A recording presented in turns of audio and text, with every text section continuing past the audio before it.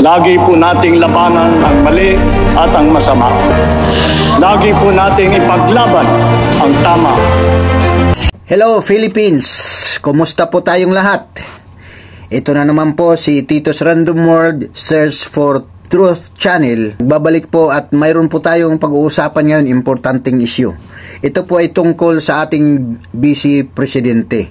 Dahil gumawa siya kasi ng open letter na dated July 2024. Ngayon, mayroon po ako dito copy, print out ko to mula doon sa dinownload ko. 4 na pages ko ito.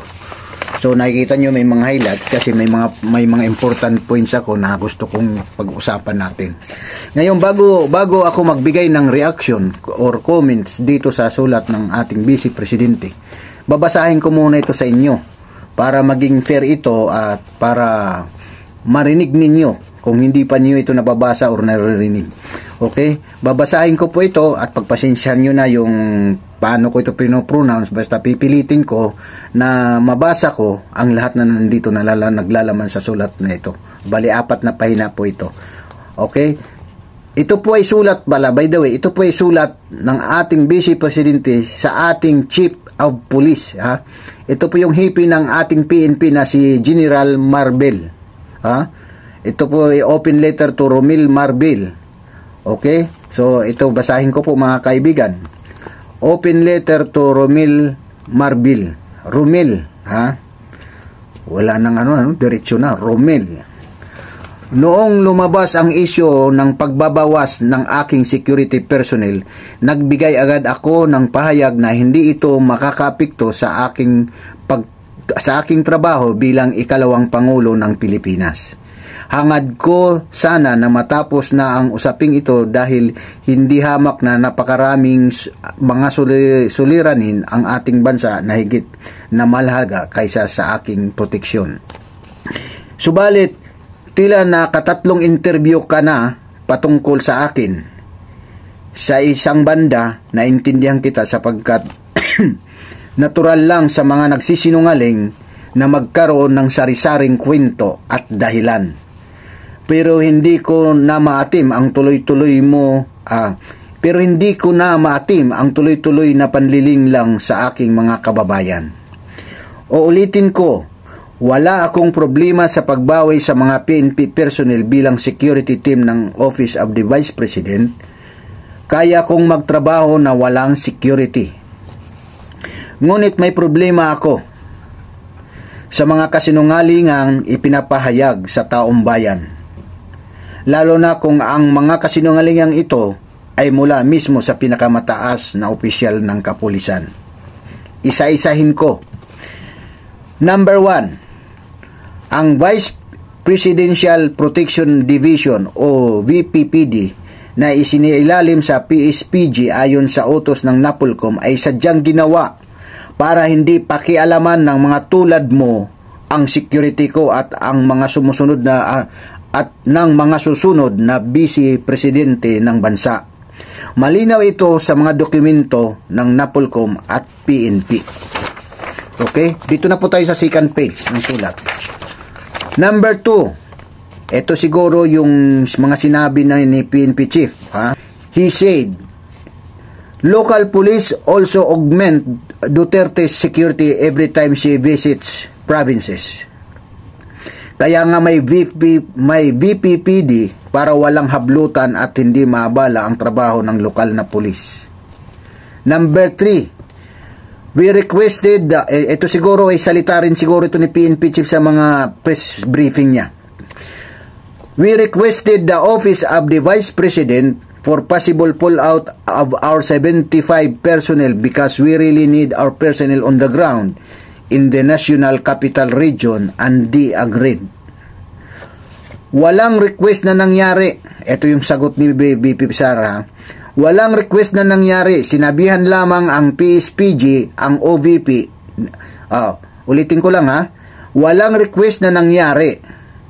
So, sinabihan lamang ng PSPG, ang OVP na kukunin nila ang mga personnel. Hindi na kami nakipagtalo dahil ikaw naman ang batas, di ba? Kasunod nito ay lumabas na ang relief order na inutos mo. Ito ay base na rin sa dokumento ng PNP.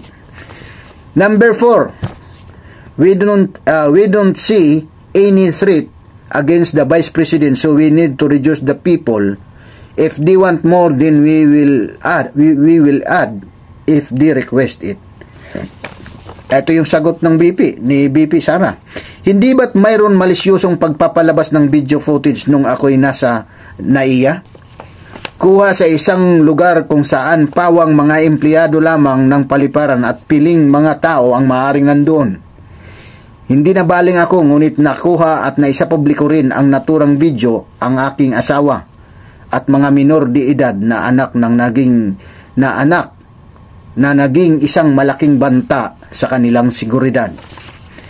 Bukod pa rito, kamakailan lang ay nagtungo rin ang mga operatiba ng PNP sa lugar na kung saan ako nakatira upang mag-casing. Pilit pang inaalam kung saan mismo ang bahay na inuupahan ko. Bahay kung saan rin nakatira ang aking mga anak. Ngunit hindi ito napigil kung hindi ito, ulitin ko lang. Pilit pang inaalam kung nasaan ang mismo ang bahay na inuupahan ko. Bahay kung saan rin nakatira ang aking mga anak. Kung hindi ito napigilan ng mga nagmamagandang loob na opisyal ng Homeowners Association, hindi ko na alam kung ano pa ang maaaring mangyari. Pangatlong page ng sulat ng open letter ni VP Sara. Ano ba ang ibig sabihin ng threat sa iyo? Ang bantabay maaari lamang magmula sa external elements?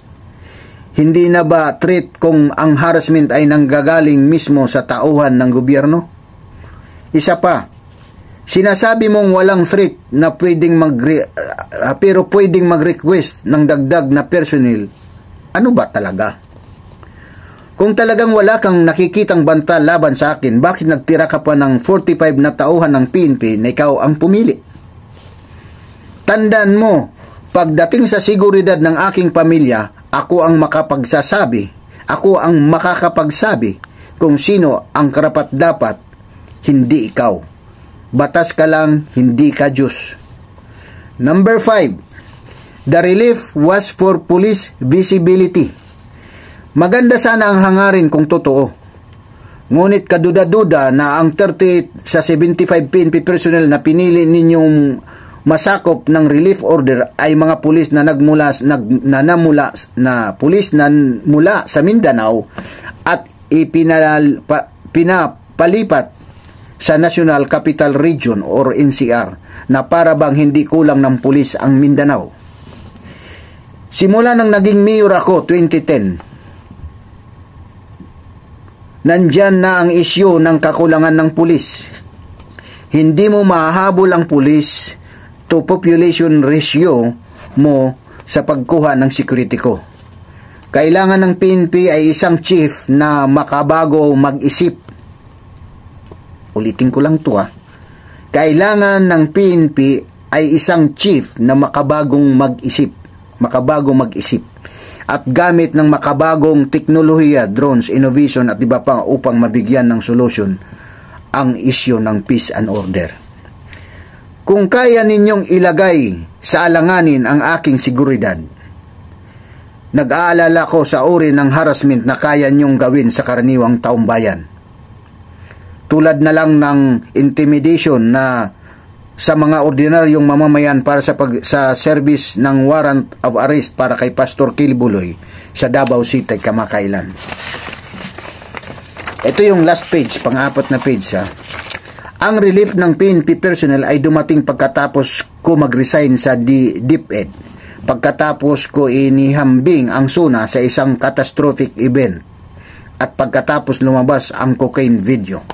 Let us spare our people from all the lies. Let us call it what it is, a clear case of political harassment.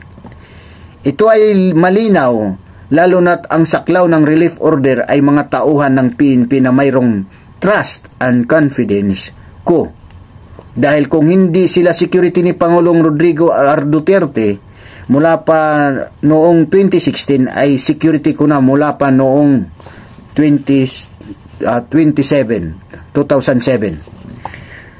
It was obviously a targeted list and a targeted maneuver, nothing else. Masyado na atang mahaba ang sulat ko. Ang gusto ko lamang ay huwag muna akong banggitin sa mga pagpapa-interview mo. Unahin natin ang pagtulong sa mga nabaha, ang pakikiramay sa mga namatayan, ang mga may nakamamatay na sakit na nagdarasal ng dagdag pa ng mga araw, pagtutok sa kahirapan at gutom, at marami pang ibang problema ng lipunan. Para sa bayan, pirma ni BP. Tapos mayroon pa siya dito, PS. Asahan mo ang sulat sa pagbabalik ng 45 na pulis na pinili mong manatili sa akin dahil hanggang ngayon, talamak pa rin ang droga at krimen at nananatili ang takot ng mga Pilipino sa mga daan. Sana naman makatulong ito sa trabaho mo. At laging tandaan, para hindi ka magkabuhol-buhol, ito ulitin ko lang ha, last line. At laging tandaan, para hindi magkabuhol-buhol ang kwento, mo, laging magsasabi ng totoo. Okay? Ayan, mga kababayan, nabasa ko na. Pasensya na kayo ha, at parang yung pagbabasa ko kasi alam mo na, medyo malabo na rin mata ko. Ngayon po mga kababayan, na-encourage lang ako dito na mag-vlog sa sulat ng open letter ni BP sa ating PNP chief. Dahil nga sa wakas natuwa ako, hindi dahil na kumakampi ako sa mga Duterte or ayaw ko natuwa ako dahil matagal na natin hinihintay. Milyon-milyon Pilipino naghahantay na mag-react si BP Sara. Dahil alam natin ang katotohanan. Itong mga kasinungalingan na lumalabas sa media, itong panay press briefing, ang akala nila siguro na ang mga Pilipino ay malilinlang nila sa mga press briefing nila. Ang akala nila sa mga Pilipino na naniniwala kami sa mga pinagsasabi nila. Matatalino na ngayon ang mga Pilipino. Ang hinihintay na lang namin si BP Sara, dahil sa totoo lang, paprangkahin ko na kayo, si Huda, sino kayo? Pasensya na po. Kay BP Sara lang sa lahat, kumpara sa ibang mga leader ng bansa, mas naniniwala ko kay BP Sara. Although, prangkahan salita, never ko pa nakita ng personal si BP Sara. Hanggang sa panonood lang. Pero ibinuto ko siya. Okay, na umaasa. Pati kay PBBM, umaasa ako noon na tama yung conviction ko. Okay? So, itong pagsasalita ni BP Sara, huli na siya dahil kami sa mga Pilipino, sambayang Pilipino, alam na namin ito, halata na namin ang pinagagawa ninyo. So, ngayon, ito na nagsalita na si BP Sara, which is in fact, talagang nasabi niya to, sagad-sagaran na to. Dahil nga, siya na lang ang hinihintay namin na magsalita dahil alam namin, kasi nung una na ako, aminin ko na ha, bilang ordinaryong Pilipino, naiinis na ako dati kay BP Sara kasi hindi siya nagsasalita, palagi lang siya nag-neutral, palagi lang siya tahimik. Kahit ano nang ginagawa sa kanya, alam namin na walang magandang gagawin ang mga kalaban niya, ang mga nainggit sa kanya, sa mga Duterte, walang magandang gagawin. Puro lang mga, alam mo yung mga parang nag-alaga siya ng ahas na ready na magtuklaw kaliwat kanan. Now, isa-isahin lang po natin itong sulat na ito, itong open letter na ito. Ngayon, itong kasinungalingan, ito yung aligasyon na napakasinungaling daw. Kung ako lang, ang payo ko lang dito sa mga, katulad kina Secretary Abalos, PNP Chief, tigilan ninyo yung mga press briefing na yan. Kasi dyan sa press briefing na yan, ang akala nyo, alam nyo, may kasabihan tayo, ang isda nahuhuli sa bibig. Yung press briefing ninyo, hindi nyo ba alam, recorded yan? At sinasundan namin yan. Hindi kami nagsusunod siya dahil naniniwala kami. Sinusundan namin dyan dahil alam namin yung mga sinasabi nyo, pinag-aaralan namin yan. So, paulit-ulit na press briefing ninyo, nagpapatong-patong na. Sabi nga dito, nagkakabuhol-buhol na yung mga salita nyo. Nagko-contradict na. Ngayon, ito lang yung gusto kong pag-usapan dito. Ngayon lang natin, mga kababayan, nalaman na ito palang mga security ni VP Sara ay may order na pala galing sa NAPOLCOM. Wala pa itong wala pa si PNP chief. Mayroon na palang ginawa ang order galing sa NAPOLCOM na sadyang, ito babasahin ko lang ulit ito ang Vice Presidential Protection Division o VPP, VPPD na isinalim sa PSPJ ayon sa utos ng NAPOLCOM na sadyang ginawa para hindi pakialaman ng mga tulad mo ang security ko. So, may nag-create na pala. Ngayon, at least nalaman ko rin to kung hindi pa si BP Sara naggawa ng open letter na to. Hindi natin to malalaman na ito palang security niya ay sadyang ginawa para sa mga vice president at sa mga susunod pang vice presidente ng mga itong security na to. So, bakit niya pinakaalaman? So, alam natin batas siya kumbaga siya nag-implement ng batas. Bakit ito? Ito kautusan ng NAPOLCOM. Hindi ba niya ito sinunod? Nagtatanong lang po ako reaction lang ito dito sa nababasa namin. So, ang aming vice presidente, hinalal ng taong bayan. Ngayon, ang NAPOLCOM nag-create ng isang security group para lang sa mga vice president na dapat hindi na inyo pakialaman. Okay? So, ito kaya nga siguro nabansagan na sinungaling daw ang ating PNP chief according kay BP Sara. He said, local police also augmented Duterte security every time she visited provinces. Ayan na, nagkabulbul nga. Mayroon na nga siya, kaya nga ang purpose nito, kaya nga may VPPD para walang hablutan at hindi mabala na ang trabaho ng lokal na pulis. So, anong sinasabi mong he said, local police also augmented Duterte's security every time she visits provinces? Diba? Ito yung number 3. Ito yung halata dito sinungaling. Kung ito totoo na kwento ni BP Sara, ang declaration niya rito. Number 3, ito salita siguro ito ni PNP chief, I assume. We requested the office of the Vice President for a possible pull-out of our 75 personnel because we really need a personnel on the ground in the National Capital Region, and they agreed. Ang sabi mo, nag-request kayo sa Office of the Vice President at nag-agree sila kasi nga kailangan nyo ng dagdag na pulis sa NCR. Pero ang sagot ni BP rito, walang request na nangyari. Ay Maria Santissima. Kung ganito ang mga leader ng ating bansa na nagsisinungaling, paano ba tayo magtitiwala sa inyo? Paano pa kayo maniniwala? Nagagawa kayo ng matino kung sa vice presidente pa lang, nagsisinungaling na kayo, ginagawan niyo na ng kasinungalingan. Ito hindi ko ito salita. Dito na mismo, walang request na nangyari, sinabihan lamang ang PSPG, ang OVP na, sinabihan lamang ng PSPG, ang OVP na kukunin nila ang personnel. So, hindi naman pala nag-request. Huli na dumating yung relief order na inutos mo. Ito. Actually, alam na namin ito, pero ang hindi lang kami makapaniwala, gagawin nyo ito sa aming vice presidente. Ito yung pang-apat. We don't see any threat against the vice president, so we need to reduce the people. If they want more, then we will add. Hindi ba't mayroong malisyosong pagpapalabas ng video footage sa NAIA, sa footage nung ako'y nasa NAIA? Napanood namin ang video. Hindi ba yan threat? Yung vice president? Ibig sabihin, minaman-manan nyo na pala? Kung sino man kayo dyan? Ito pa yung mas na tumatayo yung balahibi ko dahil alam mo, natatakot ako na pwedeng mangyari sa ating mga Pilipino. Bukod pa rito, kamakailan lang ay nagtungo rin ang mga operatiba ng PNP sa lugar kung saan ako nakatira upang bangkising. Okay? So, pinantahan ng mga operatiba ng pulis yung lugar ni BP Sara para daw mag-casing. Okay?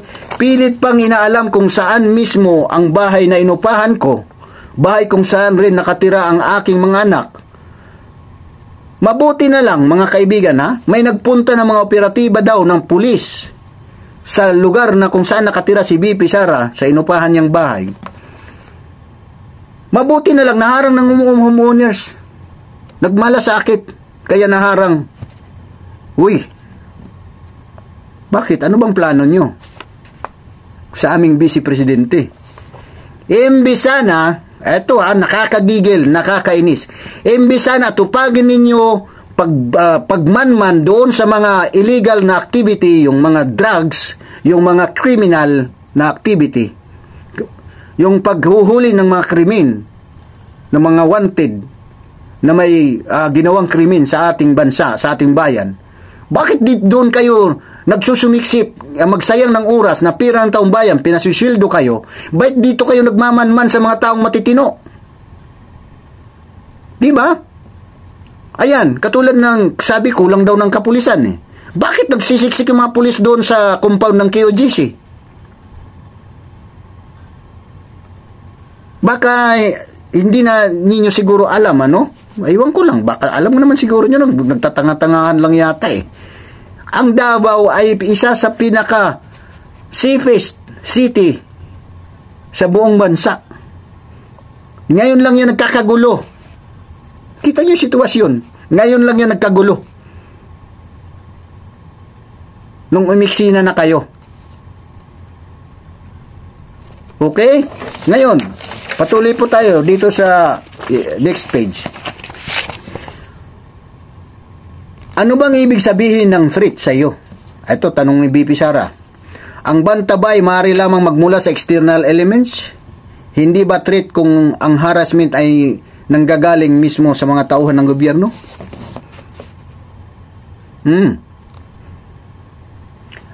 Alam niyo mga kaibigan, at sa ating mahal na hepe ng PNP, kahit kami mga ordinaryong Pilipino, may nalalaman din kami pagdating sa military. Alam din namin yung mga galawang military.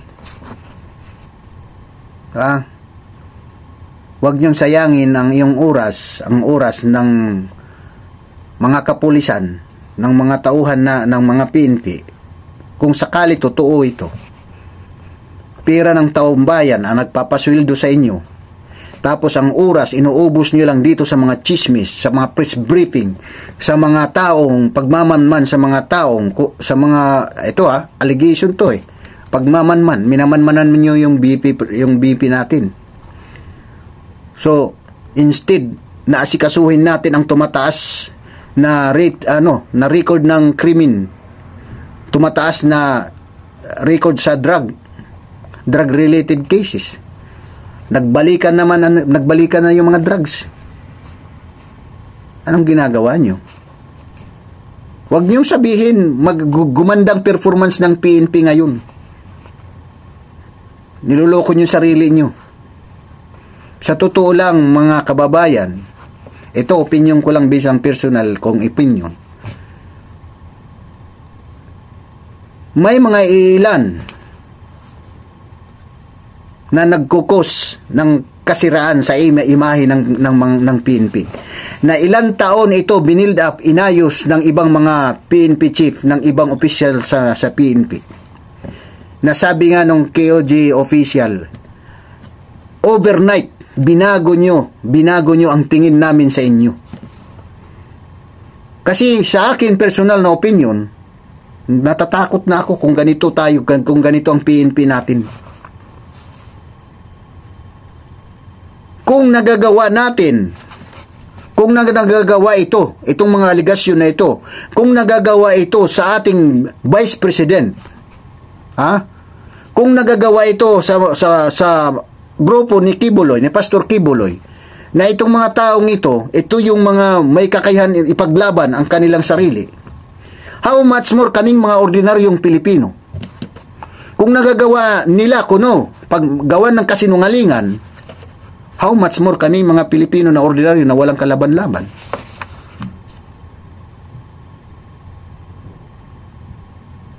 Nakakalungkot, mga kaibigan. Ito yung maganda.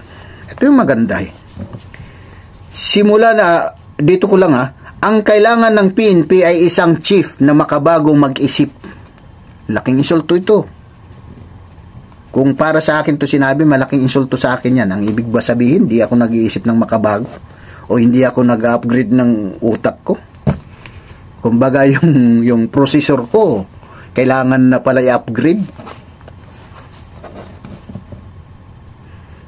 Ang kailangan ng PNP ay isang chief na makabago mag-isip.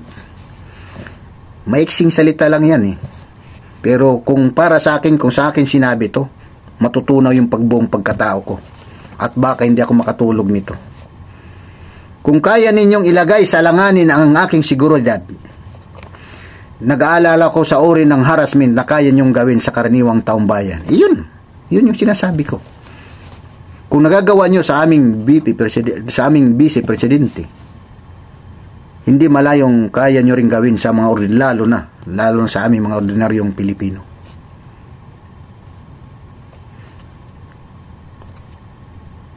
Pasensya na kayo mga kaibigan, medyo tumaas lang yung dugo ko. Dahil, alam nyo mga kaibigan, hindi talaga ako mahilig makialam sa mga isyu. Pero, napilitan lang ako dahil gusto ko tumulong paglabas ng katotohanan. Dahil sayang naman ang pinag-aralan natin. Si Pangulong BBM pa mismo ang nagbigkas niya nung suna niya. Nalabanan natin ang kasamaan. Ipiplay ko sa susunod na video, ipiplay ko yung sinabi niyang yan. Labanan natin ang kasamaan. Mahalin natin ang Pilipinas, mahalin natin ang mga Pilipino. Mayroon lang yung kunting akin, analyze lang ito ha. Baka lang ha. Ito ang analyze ko. Itong pag-relieve kay BP Sara mga security, halata naman 22. Zona 22. Ni-relieve ang security niya 22 kung hindi ako nagkakamali. So, kinuha yung security despite na may order ang Napolcom na sariling grupo yan ng security para sa Office of the Vice President na hindi dapat sila nakialam pero pinakialaman niya. Pero ito yung nangyari. Inilipat sa NCR Kono. Bakit? Ang Mindanao ba hindi nagkukulang ng pulis na kaya dapat pagdalhin sa NCR? Pangalawa, ayon dito sa sulat ni VP Sara, naiintindihan ko, itong mga security nila, mapapagkatiwalaan nila ito eh. Hindi sila ibibenta nito, sigurado ako. Dahil kahit sino naman, hindi ka kukuha ng security na hindi mo mapagkatiwalaan. Pero anong ginawa ni PNP Chief? According dito ha, tinanggal niya ito at pinalitan ng mga tauhan niya mismo. So, ibig sabihin, itong security na binalik dun kay BP Sara, hindi na ang loyalty kay BP Sara na kay PNP na, nasa kanya na. So, anong mangyayari dito? Ha? Nagbabantay, ikaw naka-feel ka na ba na ikaw ang binabantayan pero wala kang tiwala sa nagbabantay sa'yo? Kasi ang loyalty sa nagbabantay sa'yo, hindi sa'yo, kundi nasa amo nila. So, hindi yan matatawag security.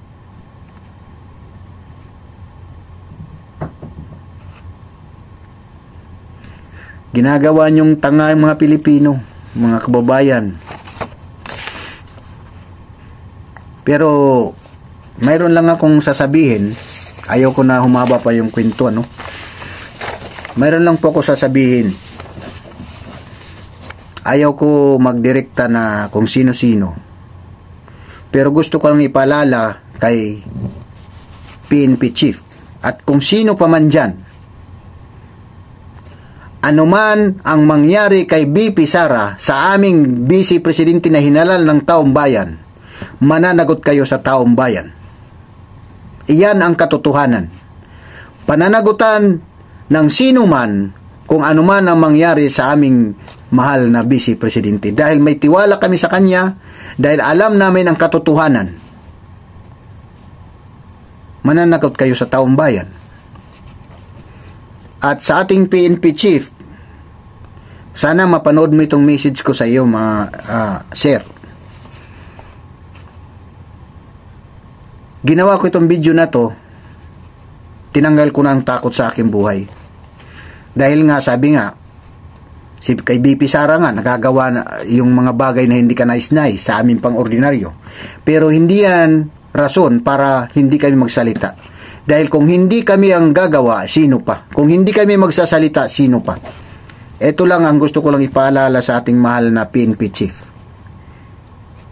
Mula nung pumasok ka sa academy hanggang ngayon, pera ng taumbayan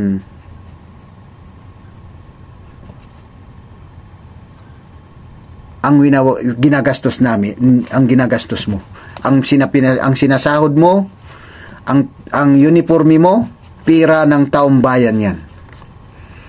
At alam ko, naiintindihan ko na hindi naman siguro dumating ka sa level ng pagka-general kung hindi ka magaling at matalino mag-isip. At sana wag mong sayangin itong mga panahon, sir. Wag mo sanang sayangin itong panahon ng mula ng malaala, sana ma-recall mo mula nung mag-start ka as PMA cadet or cadet sa akademya. Dahil alam ko punong-puno ka ng mga prinsipyo. Alam ko nangarap ka, nangako ka na ipagtatanggol mo ang sambayanang Pilipino. Alam ko na nangako ka at nasa isipan mo na tatayuan mo ang katotohanan. At alam ko, nangako ka sa iyong sarili na hindi mo papayagan manaig ang kasamaan sa bansang Pilipinas. Ngayon, sir, wag mong sayangin ang mga panahon na yun. Mula nung nasa akademika hanggang na naging general ka, yung mga tao na yan na nag-uutos sa'yo or yung mga amo na nagsusulsul sa'yo, wala yan, hindi mo yan kasama. Ang masaklap ito, sir. Ito yung masaklap. At sa lahat ng kapulisan, mga opisyal, ito yung masaklap. Huwag sana natin hayaan na magsasara ang tabing ng ating buhay ng hindi maganda. Dahil tandaan po natin, kahit sino pa mang may impluensya, sino pa mang hari sa buong mundo at sino pa mang pinakamatapang sa buong mundo, naglalaho rin at may katapusan. Lahat ng bagay dito sa mundo may katapusan. Kahit nga si Ferdinand Marcos Sr. nagtapos din, nagwakas din. Si Hitler nagwakas din. Lahat na naiisip nyo ng mga may impluensyang tao at matatapang, may katapusan din. Ang issue na lang po dito, paano kayo magwawakas ang iyong buhay, na ano ba ang plano nyo sa inyong buhay pag nagwakas na ang kwento ng ating buhay. Maganda bang iiwan natin sa ating pamilya? Maganda bang iiwan natin sa ating mga sa sambayan ng Pilipino? O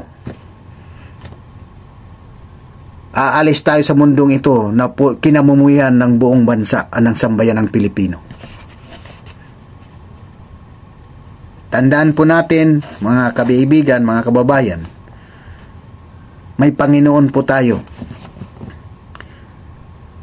Unless lang kung ibang Panginoon ang ang sinusundan mo. Walang nag-succeed o walang nagtapos na masamang gawain na hindi nabulgar.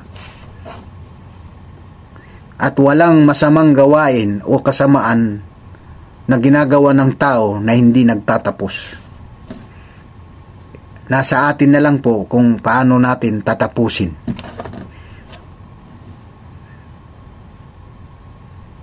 Maraming salamat po sa inyong lahat sa panonood sa video ito. God bless us all. God bless the Philippines.